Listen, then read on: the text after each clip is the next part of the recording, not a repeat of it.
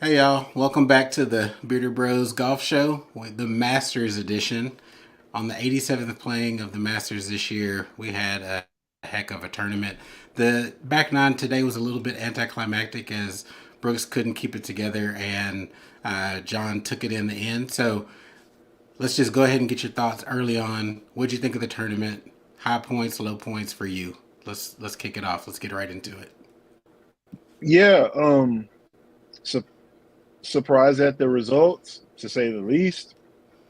I mean, after those first two rounds, I thought Brooke really, kind of was going to do his thing in typical major fashion and kind of close it out early on and really, put everything behind us that we were questioning. But then the weekend happened, some weather came into play, and everybody kind of got humbled. And then the cream rose to the top. And even insider trader over there kind of had him a nice little back nine on the final round. It was really good for him, but luckily, John Rahm pulled it through, and that's despite doubling the first hole of his whole entire tournament with a four putt, Right. and then still trickling in five three putts throughout the tournament and still won by four. So I think John Rahm has got some things going on at the Masters finally since he's broken through. So we'll see how many green jackets he can get coming in. Yeah, yeah. I was thinking, late today, kind of reflecting on the back nine there, if his struggles here in the past few weeks have been related to him getting bored. This is his fourth win in the calendar year of 2023, and I wonder if kind of just standard tournaments were kind of just becoming ho hum, and he was waiting for Yeah, this first major of the year to turn it up. I mean, there's been a lot of golf played so far this year. We've been talking about how good the golf has been. There's been a lot of tournaments of note so far.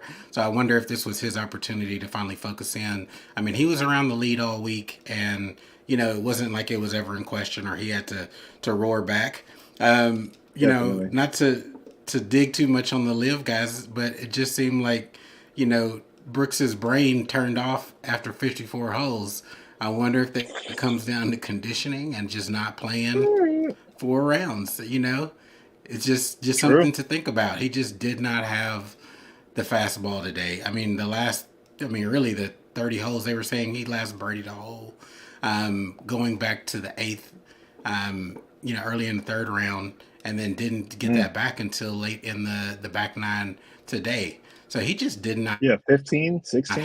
it. And they were talking about he was walking with his, yep, yeah, 15, yep, walking with his typical swagger earlier in the week, but did not have it. Just couldn't get right off the tee. Showed some nerves with the little, I wouldn't even call it a snap hook on number one today in the fourth round. It was just a straight pull Yeah, off the yeah. tee box. Just started off in a rough place. Yeah. But yeah, I agreed. John Rahm, dominant, even with the struggles on the greens, just shows that, even coming down 18, not getting a good drive off, falling short of the fairway, and still getting up and down for par to close it out That strong. part So, was disgusting. really, yes, it was. Yeah. So, that's his second major win. You said, how many green jackets does he get from here? Forget that. What do you think about majors for the rest of the year? Do we expect to see him, pulling up kind of the same performance going forward? I mean, it's so much parity. Him and Scheffler, even Scheffler, kind of started to get it together until 12 today when he Yeah. threw it in the bushes behind 12. But Do you expect to continue to see them dominating throughout the year? Yeah, I definitely think so. I think John Rahm, I think he might have, like a prime Ricky type year where I know he won this year, but kind of like the deal where Ricky had that year where he went top five in all four majors, kind of like always competing. I think we see that in John Rahm. Maybe not in Scotty Scheffler because you saw how the putter kind of just left him and he didn't really have anything much more to go with. So, I don't know about Scotty, but if John Rahm keeps this trend up, I mean, I don't see it happening, especially the way that the majors are set up now in the PGA season where it's month all in a row. You take a week off, get you a warm up week, get back into the swing of things competitively, and then you're right back in order for another major. So I feel like with how it's going Yeah. now, with the PGA right around the corner, and then of course right after that US, and then back to back with the Open. Like I feel like he has no choice but to be in good form and kind of just keep it all formed, keep it all going. Think after now that he's won the Masters, he'll have a chance to get like have a little celebratory week. Maybe not play the RBC Heritage or whatever that next week is. I'm pretty sure it's still that. Um, and then I Yeah. feel like he'll have that little hangover over, and then he'll lock it back in. But now that he's gotten the major off his back again, I feel like because he won the U.S. Open was at 2021, then went all 2022 no 21. majors. Yep. Feel like I feel like this could be that kind of Kickstarter. So we'll see it again, just like we talked about earlier in the show, a few episodes again. You really just when John Rahm is going like this, who can really compete with this? Now he's got the paradigm driver. The paradigm driver is really just booming. Then if he just doesn't mess up on the greens, I mean, John Rahm is a machine right now. It's crazy. Yes. Speaking of paradigm driver, this is so anecdotal, but a dude that I play with yesterday picked up the paradigm driver used, got it off somebody for like $200, and this dude was driving the ball like I had never seen him drive the ball. It was straight. It was like a little power fade he had going on. So shout out to the paradigm driver. It's a legit club. Like they got something with the paradigm driver there. So Okay. no doubt. So Wow. that speaking of Rahm and Scheffler, that brings up Rory and him really just crapping the bed this week. What's up with that, man? Yeah. That's disappointing. And it brought up the pictures of I think it was I forget which year it was. I want to say it's 13, but that's too far back. But when he choked and had the lead going down the stretch, with I think a 4 shot lead going into the final round, and Yeah. just imploded. He just did not have it this week, and coming off of a strong showing at the match play, thought he was going to come in and perform, at least make the cut. What's up with that, Yeah. man? Man, felt like like we thought Tiger was leaking coming in on that second round. Rory was the whole gas can was off. My boy just sputtered to the finish. That was under par at one point in his first two rounds to finish five over. That is insanity to me. Yeah, That is pure insanity. And I just I can't. I mean, Rory's my guy. Like Rory's always going to be in my top three to me. Um, so I just don't even have any defense for my man's this week. I have no idea what happened with him. I just hope he can pull it together for the PGA and maybe get him another one of those. I don't know. yeah. I I think it's don't mental at know. this point. I mean, I think something's in his head that isn't allowing him to step up to the plate when it comes to the majors. He has not Yeah, pulled out a major in how long? I mean, it's been we're pushing a decade at this point 2014. since he's Yeah, pulled out a almost. major and just not stars. Got a comment from Jason L. Said Mike McIlroy is overhyped. I can't agree with overhyped. But at the end of the day, you have to win. You have to perform with majors. Yeah, Majors are how we measure, success in the game of golf. And so if you aren't winning majors, you typically aren't considered, successful. And it has been a while. yeah, So while overhyped, I think is pushing it a little bit. Yeah, you got to step up to the plate. And I think questions start coming about if you're just winning regular tour right. stops, which he's won a lot here in the last couple of years, but no majors. So what are your thoughts on the comment here from Jason? Jason is halfway right. I think he's not quite overhyped. I think he's under delivered though. I feel like it goes back to what we always talk about, kind of put Rory in that next up type ball game when it was 2010 when he first, came out, had the curly hair rocking.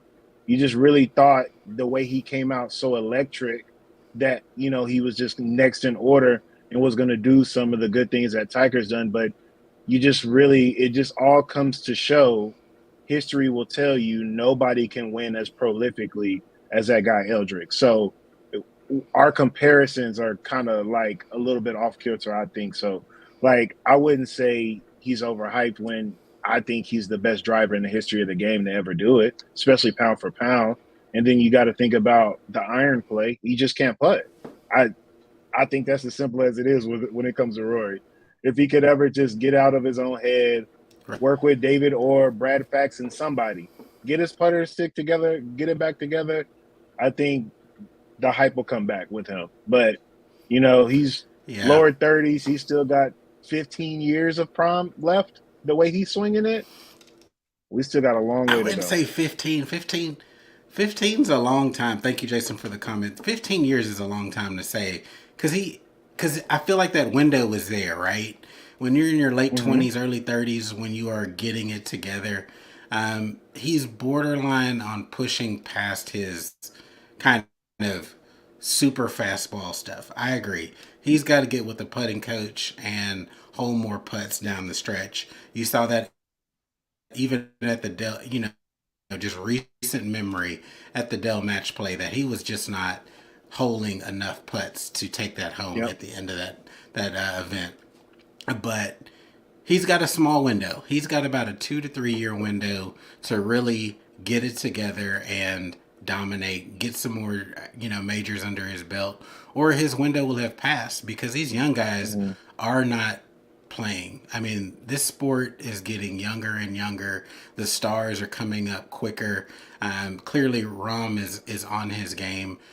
Yeah. Rory's also struggled with the wedges, and that's kind of where the game is, these days, where you have to be able to hit bombs and get close with the wedges and make putts. So, Yep. speaking of young players coming up, what are your thoughts on young Sam Bennett from Texas A&M representing our home state of Texas? What did you think of his performance as low am making the cut in the top 10? He kind of sputtered out with the weather, but hung in there for the most part and really performed this week.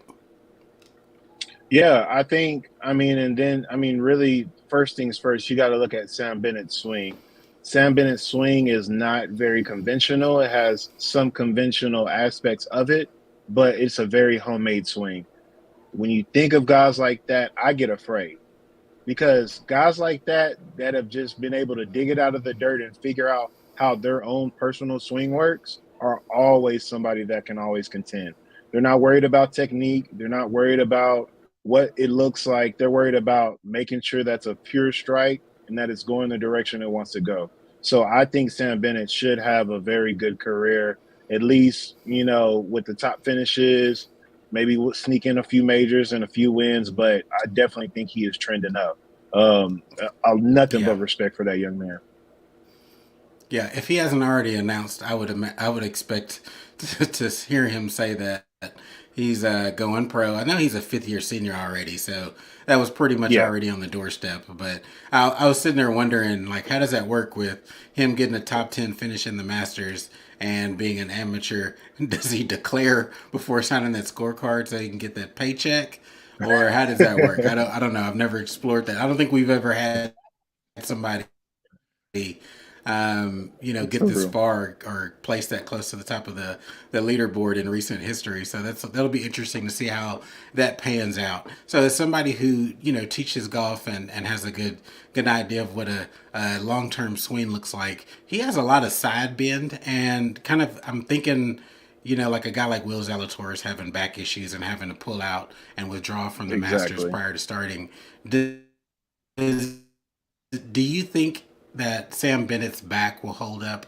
He's a pretty slight guy. He's not big at all. Kind of built like Zalatoris, in fact. Do you think that Yeah. again, over exaggerated side bend holds up over time? No, unfortunately, I do not think so. And it's mainly because of the fact that you're creating so much torque on the back. You might be able to do that move consistently, but it's going to start hurting. Then it's going to slow you down. Then you're going to have to start adding in a few things to kind of adjust for it. I think the best case scenario for that is kind of Jason Day. Jason Day didn't have as extreme of a side bend with it, but you saw the back issues and you saw how much he had to change his swing, get it more upright, get it more rotary so that he could make sure he's swinging around his body and not as steep and creating so much torque on his back. So only time will tell. And of course, if he's been doing that for, 10, 15 years, who knows? His body might have already adjusted to it and it might not be a thing to him. But from what it looks like outside coming in, it looks like he's going to have to swing just a little bit more upright just to kind of take some of that alleviate some of that pressure off his back. Yeah, absolutely. So, kind of just doubling back, we always have some live component. There was a lot of talk about the tension going into the Masters. Phil super quiet during the Champions dinner. That was a story that came out and that it was just awkward. Then saying it's the press driving this. But at the end of the day, I think we talked about this last week on the show that it comes down to the individuals. It's not necessarily this Definitely. organization or this tour against this tour. It's do you have a problem with the person before, right? So, you saw people. Honestly, I was surprised by all the reception that Sergio Garcia got. A lot of handshakes, hugs, pats on the back on the range. DJ, of course, good guy on tour. Phil kind of to himself. DeChambeau mostly to himself. But the story was, Greg Norman wasn't invited and saying that if a live guy ended up winning, that they were all going to gather on the green and celebrate.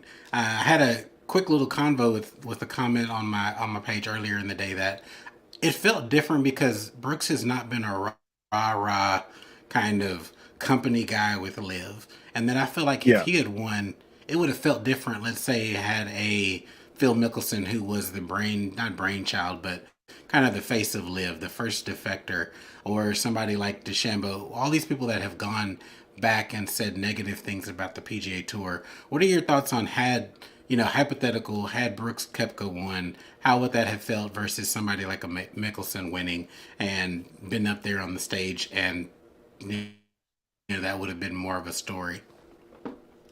That's a great point. That's a great question too, bro. I feel like I feel like with Brooks, it's just like what we said. At the end of the day, like he's still a bro. We always admire his his competitive level and how he goes about majors and big events on the tour, and that he gets in. So I feel like a lot more guys have respect for that. It's a little bit more commendable. They don't sit here and bash him behind his back, because it's just like what you said. He's to himself, and to to a T, he is just about the money. Like he's gonna play his golf, but he's really there for the money. He talked about it in the full swing as well. He's like, I can't compete with these guys. I might as well take a free ride, get this money, and go on about my day and just get up for majors like I always do. So I feel like that compared to if Insider Trader would have won, it definitely would have been a big hoopla. I feel like the live social media would have been, uproared.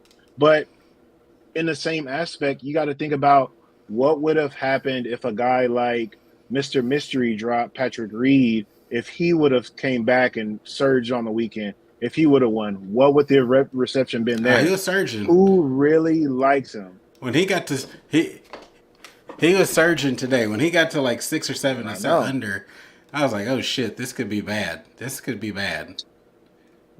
Already won it, already proven that he can do it around here. So plays the big swoop and draw. This is his course if he really wants it. So you just got to think about how would it have been? How would it have been? But I just let me also just say as we're speaking on the other of people, I think that it was great and very poetic that Cam Smith ended up falling off, Neiman fall off. I mean, pretty much everybody that was live didn't even really make a statement. So it was really kind of like, can y'all play 4 rounds? Because through 3 rounds, y'all were kind of contending. Then all of a sudden, it's only two of y'all that's doing stuff, and the guy that y'all had leading it over par, not even close.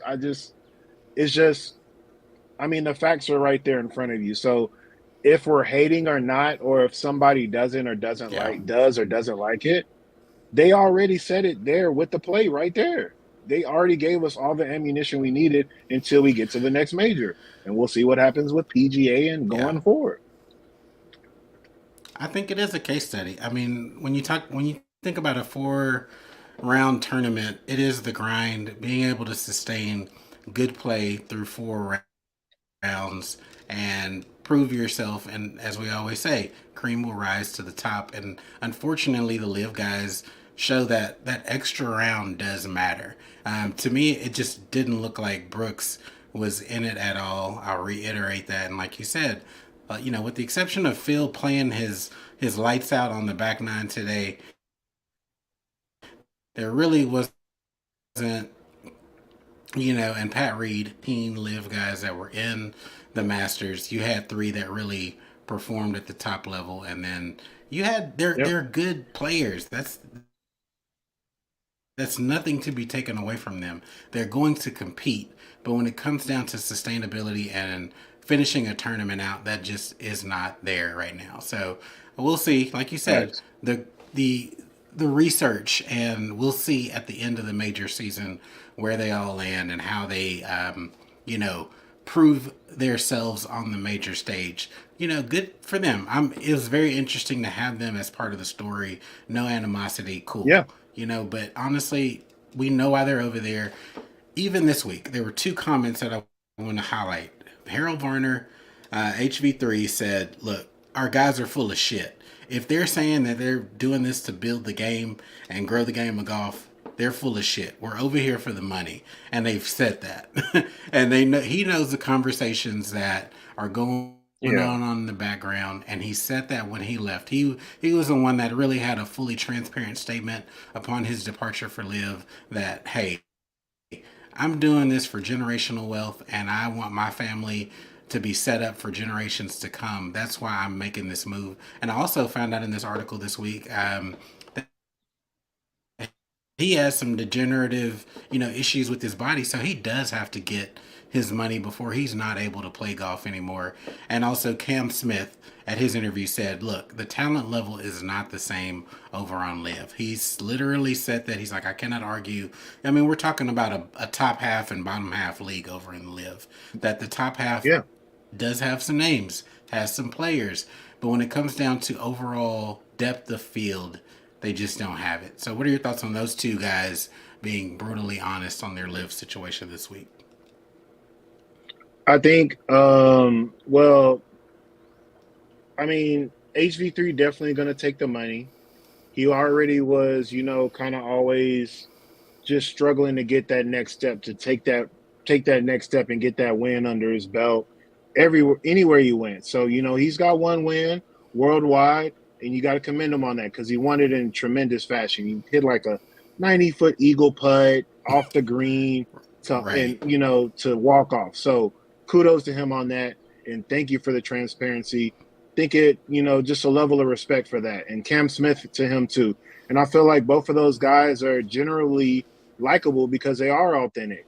And it's kind of like, again, I I'm never gonna just be full on fans of those guys, at the end of the day. But there is things that I can like and things that I can agree with that they have said. And that's very clear that they went for the money and that league is struggling to get competitive level to stay up there. So, I think that's why they also have those mandatory playing field things, because if the top tier guys aren't there, then what are we even here for?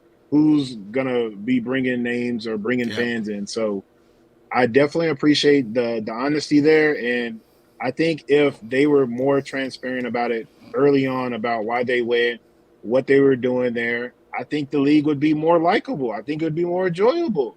People would be more receptive to it. It wouldn't have such a foul taste or foul smell about it, even though it is, from what it seems to be, some grimy stuff going on. But we'll wait for the facts to come out. Yeah. We'll let the history show whatever, because I don't want people to be like, it's just.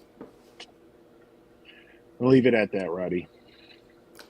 Yeah. So we got a couple comments coming in. So Alan saying the official world golf ranking looking real phony right now. I don't. I don't disagree with it, Alan. But here's my thought on it.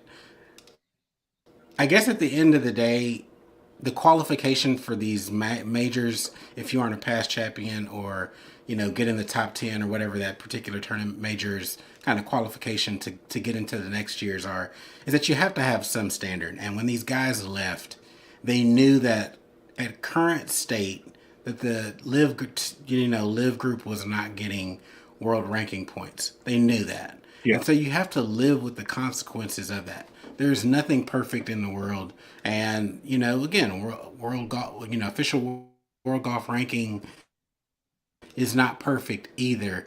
And so I don't know what the perfect system is to rank, but at the end of the day, if follow my logic here.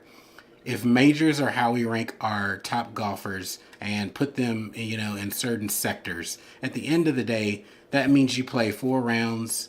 You're playing cuts, and these two simple qualifications are things that Live currently does not have. And so, if those are the yeah, standards that majors go by, you can't expect the official world golf ranking to kind of waive that qualification because that's what majors are not going to go down to 3 rounds and they're always going to have a cut. So until agreed. that changes or some new novel system or Live adjusts their standards and plays 4 full rounds on courses that are not kind of munis, that's not going to Yeah, change. That's just my thought on it. agreed. And, I'm willing to have my mind changed. But as it relates to official world golf ranking, yes, there are live players that should be higher ranked. But if you're not competing against the best, you cannot expect to, be ranked higher. I'm sorry. Yeah, You're playing against half the level of competition. I shouldn't even say half the level of competition. You look at the back half of Live; those are people that you don't even know. I'm sorry. At the end of yeah, the day, they weren't winning on the PGA Tour. They all went and got a check. Even the guys that are on the back half of that, this is life changing money for them. If they go, yeah, place last, they're getting 100K. I mean, that's life changing money for yeah, these guys. So, yeah, official world golf ranking, I get the argument, but you also have to take, some basic common knowledge of how it's set up. And again, the guys knew that that was the situation they were going to be yeah. in. I What do think you I think on think that? Alan's saying that it's looking real phony because there's live golf guys that got in because of their world rankings and they shouldn't have because the world ranking points last that long. Because they last like a year or so before they fall off or before you have to earn more points or whatever. So whatever they got through 2022 last year to this point all accumulated to their world ranking points, and that's how like HV3 got in. That's how like Abraham Answer got in and stuff like that. You know what I'm saying? I think that's what Alan was trying to get at, Yeah. and I think in that aspect, it definitely is looking phony. I feel like world ranking points should be maybe like half a year, and then it refreshes, or you need to add more to it, but it all goes together because the Ryder Cup points all add up the same way. The President's Cup points add up the same way. It's by year basis. So I guess in that aspect, it all lines up that way. But I think that's what he was trying to get at, and in that fact, I definitely think Yeah. that they are indeed phony. Okay, got another one by Stu MC. Two comments here. I'm going to place them up here consecutively and read them. I'm going to go ahead and say I disagree, and I'll tell you why. I always have a reason why I disagree. I don't just disagree with people for the sake of disagreement. That's not cool. So let's read through this. The PGA has 2 or 3 events worth watching. All the rest are Mickey Mouse. America's nose been out of joint. Nose bent out of joint. If it wasn't for Tiger and Phil, who would have watched back to Norman's and Faldo's yawn? Okay, and then we have nobody cares about the Barracuda waste management piss up and John Deere lawnmower opens. I get it, man. Like we've talked about this on this show before. Every event is not going to be Yeah, a star-studded event. 100%. That's totally not what the PGA Tour is about. However, the elevated events have made the first part of the season very good. You have the really good players showing up, and if you are just a purist and like golf, I watch golf whether it's the Period. top stars or just the really good secondary guys. Because at the end of the day, those guys that, let's say at the tournament that Chris Kirk won, right, and had the guy who was like a, I forget what his backstory was, but you didn't really know the second guy. But Chris Kirk, made his resurgence. I'm watching because that guy that's at the bottom of a PGA Tour event is worlds ahead of anybody that I just go play casually with. And that includes a couple of scratch golfers that I've played with that their games are a completely different level than the top level of the guy that you've seen playing at your local muni. Even if he's going out and Facts. shooting in the 60s and 70s, there's a delineating line. So I get it that the events are not top tier. Everyone's not going to be. And my argument for that is take your favorite TV show, whether it be something like what's the one that we talked about earlier in the year with it's out in Arizona. I didn't watch it, but Breaking Bad. Was Mm, every episode of Breaking Bad just top tier? No, it was not. But there are ones that really stood out and set the story and then or either built into what culminated as the finale of that show. That's my kind of theory on kind of the lower tier tournaments and now your yeah. designated events. Do you have anything to add to that particular comment? Yeah, and respect this too, because I mean, to a point, you definitely got a point. But at the end of the day, just like Rod, aforementioned, these guys are, whether they be bottom of the barrel on PGA Tour, top of the line Corn Ferry Tour, or whatever it may be, these guys are competing for life changing money, and in that fact alone, it's already exciting because they're playing for $1 million that I don't have, and I want to see who's going to win it.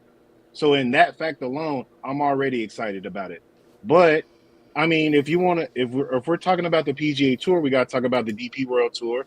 We got to talk about the European Tour, however you want to call it, because ain't nobody out there looking for the Austrian Open. Nobody's going to Denmark to see Made in Denmark. They got bullshit events too. So we wouldn't go that way. We can go that way. But at the end of the day, the cream is going to rise to the top, and that's why we have limited events now with no cuts, and all the top guys are going so that we can create a product that everybody wants to watch every week. And then we see the majors, and then you get the European guys, and you get the qualifiers and the amateurs in there, and it makes it even more exciting. But they're competing for money that we're not. So I'm already excited to see it every week that it's on, even as a nobody out here. Yeah. So I see it both ways, and I Yeah. definitely And that's the like thing. that was a good compliment, Stu. Yeah, I mean, I get it. I get it. Everybody's not going to want to sit down and watch golf every weekend. I totally understand that. We are the outliers, and unfortunately, golf. The more I get into it, and the more that I talk about it, and let's say go out in the world, it's a niche sport. It is not something that wives are talking about. They have their husbands that play golf and enjoy golf. But let's compare it to football, right? The most watched event every single year is the Super Bowl because it's a social part of our lives. Golf is not that. It's still, within certain corners, and while the game is growing, and I would argue that it's probably at its most popular outside of maybe peak Tiger, this is at this time that we're living in right now is probably the most popular for golf. And so there is Yeah. no one perfect answer for golf and like overwhelming viewership. I'm sure the ratings, particularly how the weather shook up, the early part of today for the Masters ratings are probably going to be up there. But you can look at the CW ratings for Live, they're low. You can probably look at Golf Channel ratings for DP World Tour events. They're probably not stunning at all. So it's just really a realization that golf is not a sport for the masses. It's a sport that golfers love and that their spouses get dragged into. That's pretty much what Yep. golf is. And that's probably not going to change anytime soon. Very much so. Very much so. So, yeah. So let's talk a little bit about before we finish off go to Tiger Woods. There was an incident early in the first round with Brooks Koepka and his caddy sharing club information with Gary Woodland's caddy. Told him that he hit a five, and Gary had not yet hit. The footage was reviewed after the round. Eventually, no penalty was issued. What are your thoughts on club information being exchanged on the pro level? It's written in the rules that shouldn't happen. But Hmm. what are your thoughts on it? Yeah, that's an interesting topic and one that I don't like to read too much into because these guys are like not. I mean, like I don't know. I feel like not many guys are hitting the ball like Gary Woodland or Brooks Koepka or John Rahm as far as they're hitting it. So, like as far as comparing yardages and things like that, I don't really think it's that big of a deal. But as far as the rules go, and as far as the integrity of competition and stuff like that, yeah, I mean, yeah, it did happen. But like, I mean, like we were talking about pre-show, it's not the first time we've seen it happen. And those guys are always talking and shooting the shit anyway. So, when the camera's on, how many times have they discussed? Yeah, I hit eight there. I hit seven. Da da da da da. Before anyway. So I think it's just with a grain of salt. I don't think it's that big of a deal as you saw. No, no harm, no foul, and no penalty was accumulated for it. But me personally, I don't think it's that big of a deal. But as far as like those guys competing for millions, it might be that big of a deal, and I understand that. But for me playing for $30 or whatever with my homies, I'm looking over at his bag and trying to see what he hit just to make sure that I'm a club up or a club down from what he's hitting. It is what it is. You're trying to Yeah. make the best shot possible happen. So I'm gonna try to get every positive possible advantage I can. So but it is what it is. I don't think it's that much to And read in into. my head, yeah, and in my head, I'm thinking if he's telling him a club, it's gonna possibly help him in the spirit of the rules. It's not like the opposite where you are stealing club information or the Facts. opposite makes sense to me, right? That if you try to look over and see what a guy is putting in his bag, that can be penalized. But me helping you, I don't know. I'm on line with you. I think the rules of golf can be a little too firm sometimes. There was even a dust up in round one as well. I think it was Colin Morikawa that was remarking his ball after it had oscillated, and people swore that he was moving the ball forward when he was really just replacing it to its original spot. So I think that's an old school mentality around golf, that it's about Yeah, being super sticklers to the rules, which is probably, again, it doubles back to what I was saying previously. That's why this sports viewership is so limited, because it's so exactly. rules heavy. And I get it, you want the integrity of the game, but I think it comes down to simple things that we kind of probably deal with on the am level. Don't go in the woods and find your ball. Don't go Yep. spot your ball out of a random tree like Patrick Reed did a couple of weeks ago overseas and around. If you hit it out in a certain Exactly. spot. Don't try to move your and up 50 yards. Basically, yeah, we could probably talk about rules sticklers all day, but let's end talking about the GOAT, Tiger Woods. We've always said that, and he's always said this: when he tees it up, it's with the expectation that he's going to win, and that he's only going out there to win. It's Yep. hard to say that is the case, especially him trotting around around the Masters with the hilly terrain, especially once that weather started getting real ugly and the temps dropped. I'll be honest, I kind of knew he was going to withdraw, especially with temperatures in the 40s. I was like, he's got Yeah. to get his body ready, finish this third round, wait around for a couple of hours, get his body back ready again, and go out there. And he was, in last place at that point. Yeah. What are your thoughts on him going forward? Should he be continuing to try to play in the majors? I do think he should. Um, but what are your thoughts on that? And if he should take a different path. Uh, as always sad to see Tiger go out the way he does go out when he does go out. You can kind of, just like what you're saying, it was kind of written in stone, kind of written in the sand, however the phrase may go. Feel like, once the adrenaline of it all wore off Friday and they started doing the delays and stuff, the limp came through.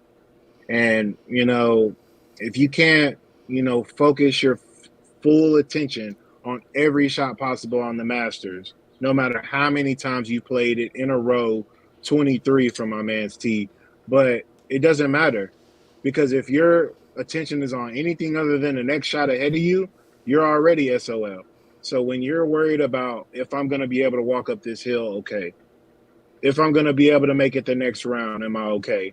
If the weather drops 5 degrees, am I going to be okay? I think we're worried about the wrong things. You know what I'm saying? So I think he needs to fully limit his schedule. He's got so many exemptions. And of course, just like Stu said, he moves the needle. So whenever he wants to play, he's going to play. And they're going to let him play. They'll probably even give him money to play. So I think he needs to get fully healthy, worry about the majors, play a few of his favorite events, and then that's it. I think that's what we need to do. What do you Yeah, think, Rob? I mean, at this point, we're not going to see him. I think at this point, outside of your majors, we're not going to see Tiger. I think him playing in Riviera earlier this year was because he did not, finish the season well. What did he get cut? From the Open last year, and it was Yeah, just his attempt to see where his body was at.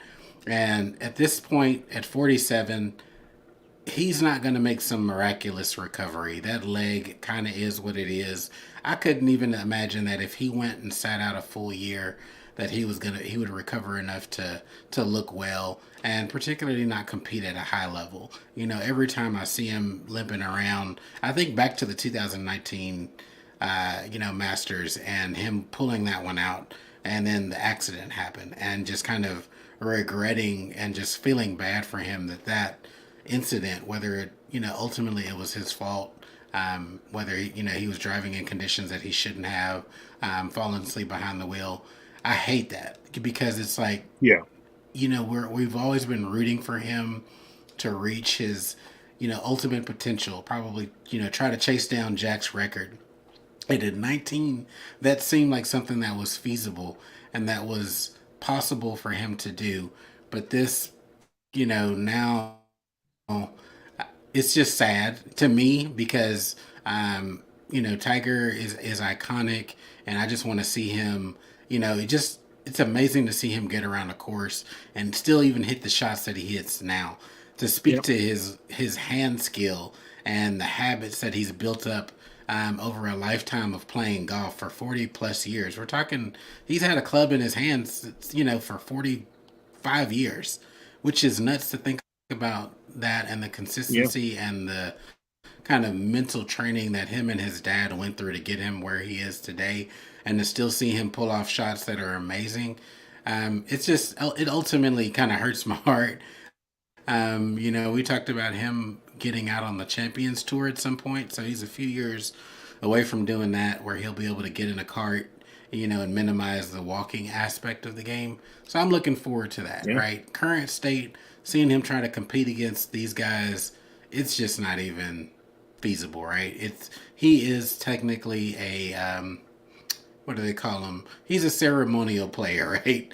He's pretty much Right. like Sandy Lyle getting out there this week. There's no chance. And so that's the thing that hurts my heart a little bit about it. But yeah, looking Yeah. forward to the next few years when he can join the Champions Tour. Agreed. Agreed. So cool beans, my guy.